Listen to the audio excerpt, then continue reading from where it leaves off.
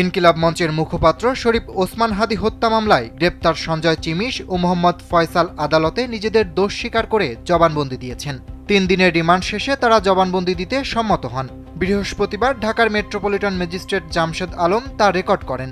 এরপর সঞ্জয় ও ফয়সালের সঙ্গে আরেক আসামি সিবিউন দিউকে কারাগারে পাঠানো হয় বলে জানিয়েছেন প্রসিকিউশন বিভাগের এসআই রুকুনুজ্জামান।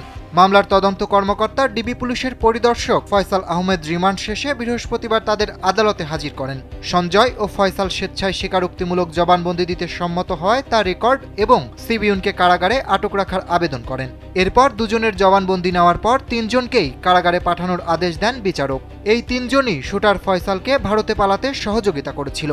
এর আগে গেল ১২ ডিসেম্বর ঢাকার বিজয়নগর এলাকায় হামলার শিকার হন ওসমান হাদি। চলন্ত রিকশায় থাকা হাদিকে গুলি করেন চলন্ত মোটরসাইকেলের পেছনে বসে থাকা আততায়ী। গুলিটি লাগে হাদির মাথায়। ৭ দিন পর গত ১৮ ডিসেম্বর তিনি মারা যান। হাদি হত্যা মামলায় এখন পর্যন্ত ১২ জনকে গ্রেপ্তার করেছে পুলিশ।